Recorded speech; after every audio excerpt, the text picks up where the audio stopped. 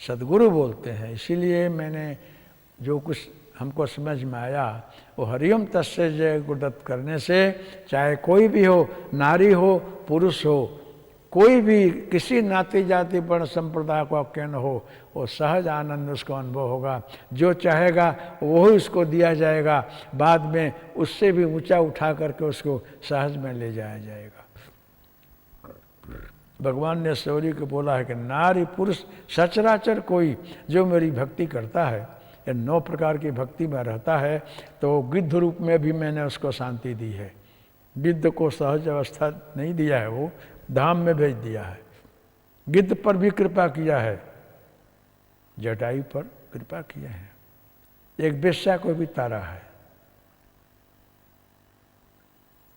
गणिका को तारा है ना, मत्स्य अवतार लिए हैं।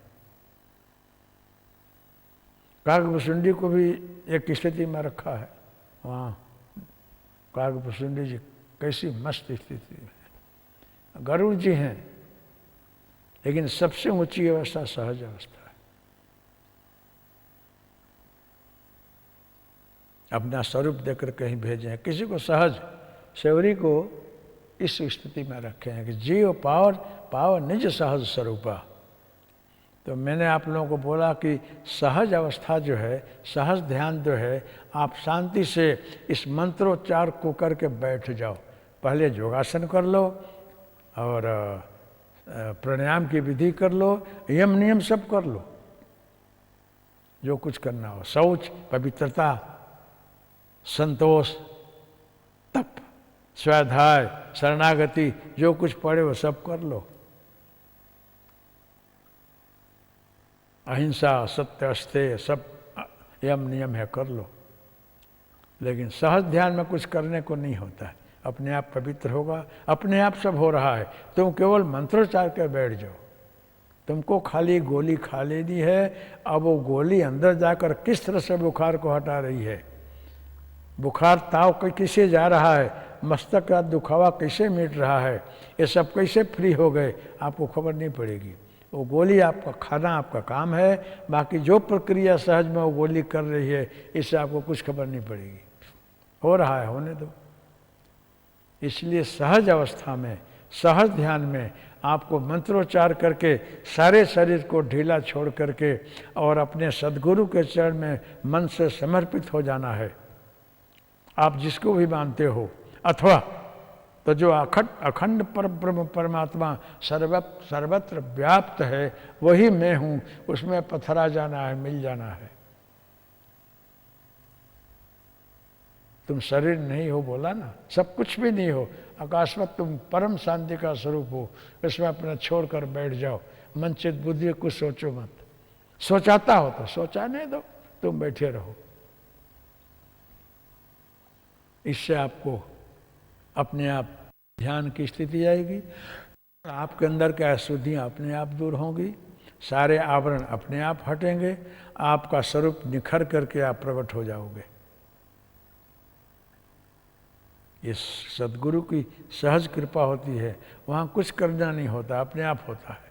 आपको वहाँ अपनी बुद्धि मत लगाओ, तर्क मत करो, सोच वोच मत करो, लेकिन पहले जानने के लिए तर्क बुद्धि लगा लो, जानो। लेकिन जब आपको नींद आएगी तो तर्क करोगे तो नींद नहीं आएगी, तर्क करने लगोगे नींद नहीं आएगी। जब तर्क छोड़ दोगे, बुद्धि दौड़ाना बंद कर दोगे, फिर आपको नींद आएगी। इसलिए आप जो हैं, जब ध्यान में बैठना हो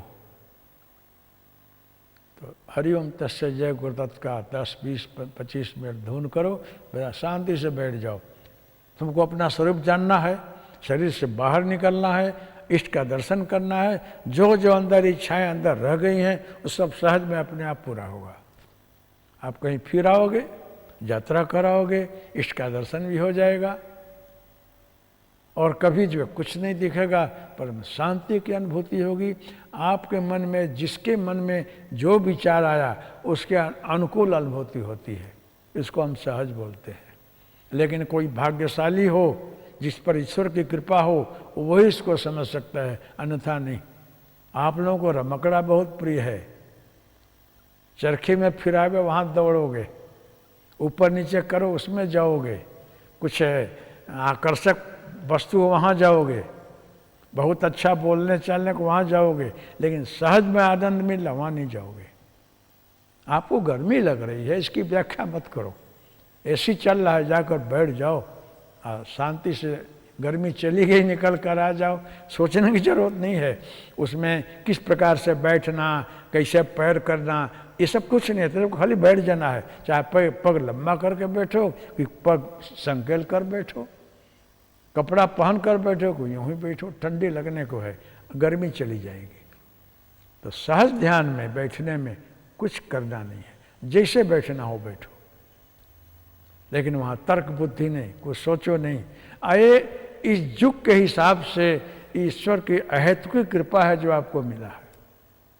अब मैं आपको बोलता हूँ, इसमें मुझे अहम नहीं है, लेकिन अपने गुरु के प्रति जो आशीर्वाद है उसके प्रति मुझे स्वाभिमान जरूर है।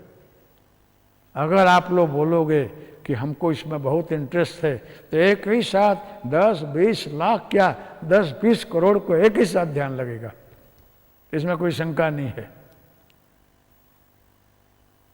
श्रद्धा होनी चाहिए, आपको चाहिए तो देख लो, लेकिन जो दे दिया है, हो सकता है कि आज अमुक वर्ष के बाद इस पर आप रिसर्च करोगे, जानोगे, तो आपको ख्याल आएगा कि इस शब्द में क्या तत्व भर दिया है, क्या शक्ति भर दी गई है। उसको आप शोधन करोगे तो बाद में खबर पड़ेगी, तब तक जो है दिल्ली दूर चली गई होगी, समय बहुत कुछ चला गया होगा। संशोधन करोगे तो शायद मेरा भी स्थूल हो कि ना हो, क्या खबर।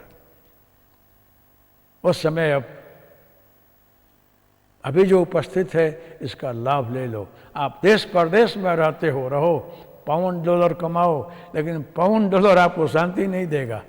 खाना पीना लीला लहर करो, हरो फरो, लेकिन शांति अंदर है। वो अंदर की शांति जो है इससे मिलेगी जब तुमको अपने स्वरूप का ज्ञान होगा, व्यापक ईश्वर की शक्ति का नॉलेज होगा, और अंदर से आप निखालस, निर्मल, सरल बनोगे, निष्कपट बनोगे, निश्चल बनोगे, तब आपको ख्याल आएगा कि अंदर शांति का खजाना कहाँ है।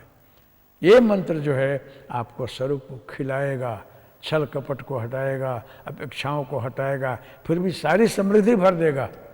आपको अवधूत नहीं बनाएगा, कोपित नहीं पहनाएगा, अधिक समृद्धि में रहकर भी मस्त रखेगा। ऐसी ये वस्तु है, करके देखो और लाभ लो, तुमको अच्छा रहेगा। इसलिए मैं आप लोगों को जो अनुभव किया हूँ, कर रहा हूँ, वो बता रहा हूँ। दत्तात्रेय महाराज क्या हैं? ये कुछ ही संप्रदाय के देव नहीं है, गुरु नहीं है, सारे ब्रह्मांड में पथराए हुए त्रिगुणातीत हैं, तत्वातीत हैं, अणु अणु व्याप्त हैं, परम ब्रह्म परमात्मा है। सबके लिए कोई भी धर्म संप्रदाय का आदमी करके देखो, फिर मेरे से बोलो कि क्या है।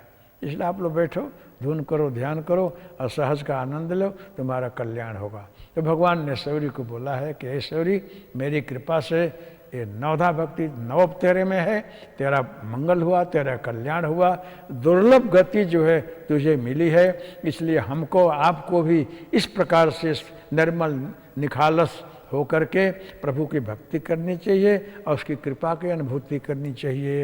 हरिओम तत्सत, जय गुरु दत्त। हरिओम तत्सत, जय गुरु दत्त। हरिओम तत्सत, जय गुरु दत्त। मंगलमस्तु, कल्याणमस्तु, शुभमस्तु।